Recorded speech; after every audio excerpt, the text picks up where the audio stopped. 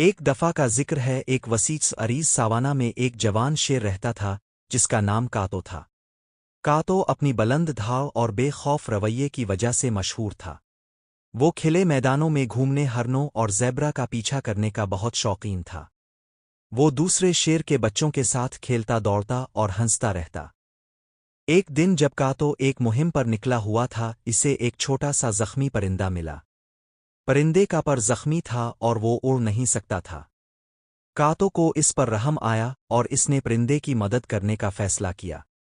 اس نے نرمی سے پرندے کو اپنے بڑے جبڑوں میں اٹھایا اور اپنے غار میں لے آیا۔ وقت کے ساتھ ساتھ کاتو نے پرندے کی دیکھ بھال کی، اسے کھانا دیا اور ہر خطرے سے بچایا۔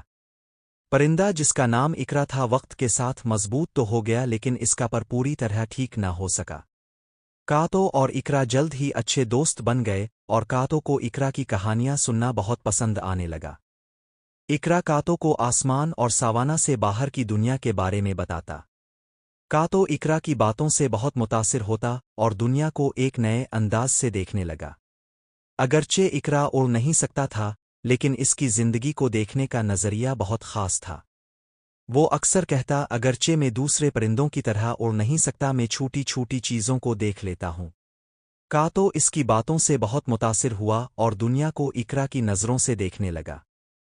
اسے احساس ہوا کہ ہمیشہ سب سے زوردار طاقتور ہونا ضروری نہیں، بلکہ چھوٹی چیزیں بھی اہم ہوتی ہیں۔ کاتو اور اقرا نے مل کر ساوانہ کی سیر کی اور کاتو نے چیزوں کی قدر کرنا سیکھا۔ اقرا نے اپنی کمزوریوں کے باوجود دنیا میں جینے کے نئے طریقے ڈھونڈ لیے۔ کاتو نے اقرا کی تیز نظر اور انوکھے انداز پر بھروسہ کرنا سیکھا۔ ایک دن ساوانہ میں سخت قحط پڑ گیا اور جانوروں کو کھانے پینے کی چیزیں ملنا مشکل ہو گئیں۔ کاتو نے اپنی دھاڑ سے دوسروں کو ڈرانے کی کوشش کی مگر کچھ فائدہ نہ ہوا۔ تب اقرا نے اپنی تیز نظر سے دور ایک چھپا ہوا نخلستان دیکھ لیا۔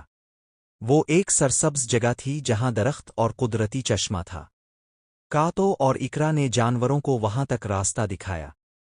جانور بہت خوش ہوئے اور ان کے شکر گزار تھے۔ انہوں نے چشمے کا پانی پیا، درختوں سے کھایا اور تروتازہ ہو گئے۔